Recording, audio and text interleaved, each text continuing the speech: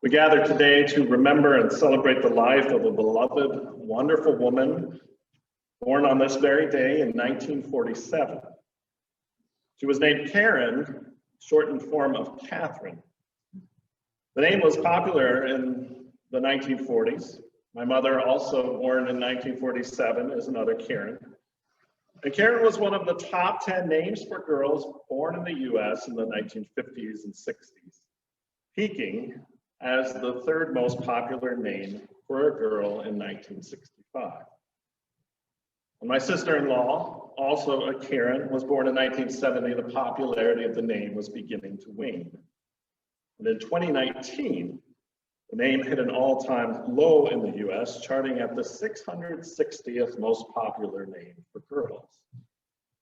And yet, if you Google the name Karen today, you'll come up with 679 million search results. And one of the reasons that this name may be popular in search results is that on the internet, at least, it has taken on a new meaning. In 2020, the name Karen became synonymous with a woman who is usually in her 30s, 40s, who is blonde with multiple children, sometimes an anti-vaxxer. Karen of the 2020 has the "can I speak to the manager" haircuts, a controlling superior attitude to go along with it. She, or he, because men can be Karens too, is entitled. Karen is the diner who sends the salad back because there's not enough cheese on it. Karen is the person who cuts in front of you in the McDonald's drive-thru while talking on her cell phone to order 5 Happy Meals for her kids. Karen is the neighbor known for their rude behavior. Now, as Christians and as Lutherans especially, we acknowledge that the condition, having this inner Karen, is true of all of us. It's true of me, it's true of you, it's true of my mother, Karen, and my sister-in-law, Karen, and also of our beloved sister, Karen Ann. And the churchy word we would use to describe that inner Karen is sin.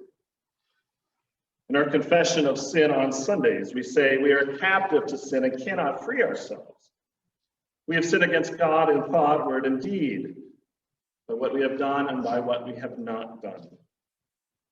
We have not loved God with our whole heart. We have not loved our neighbors as ourselves. There have been times where we have been Karens, entitled, rude, selfish. But Jesus, and I think every sermon needs a "but Jesus." But Jesus, God's Son, God's beloved, came to take care of that sin. Jesus came to free us from sin. Jesus came to show us how to love God with all our hearts. Jesus came as an example to show us how to serve our neighbors, to love our neighbors as ourselves. Jesus came to forgive us and renew us and lead us. And that's why we're here today, because of this Karen, who is the most anti-Karen that I've ever met, because she let that love of God shine through her life. So much so that God's glory, the glory of the Father, shone through her. She reflected this shiny, transfigured Jesus that we hear about in Mark's Gospel. She shared the love that she had received from God with her husband and her children and her grandchildren, with her students and neighbors, with her church family. Karen's life was transformed by God's love. She was not the entitled, selfish, speak to the manager type woman that we might think of when we hear the name Karen, but rather the kind of woman mentioned in Proverbs 31. A capable wife who can find? She is more precious than jewels.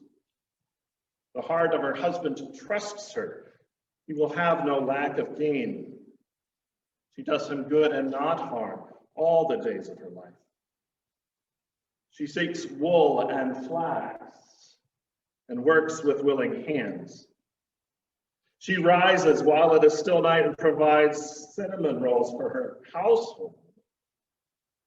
Actually, it says food there, but she opens her hand to the poor. She reaches out her hands to the needy. Strength and dignity are her clothing, and she laughs.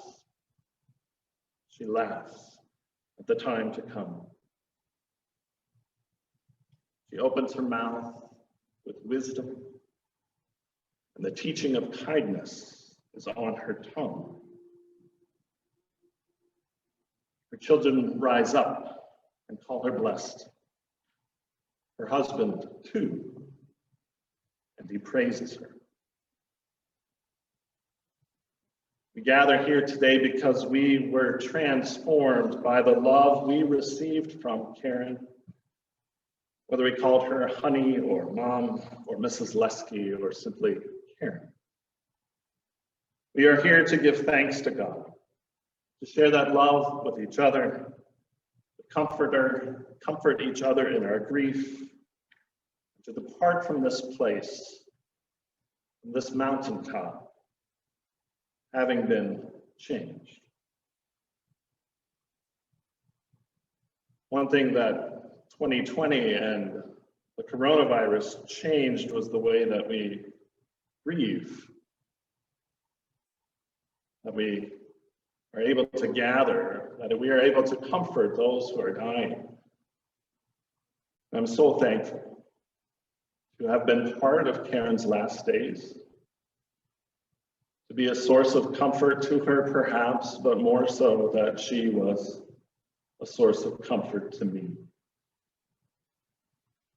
As we pray together, one of those last times, Larry got choked up, I got choked up, but Karen, with that soft, still voice, finished the Lord's Prayer for us.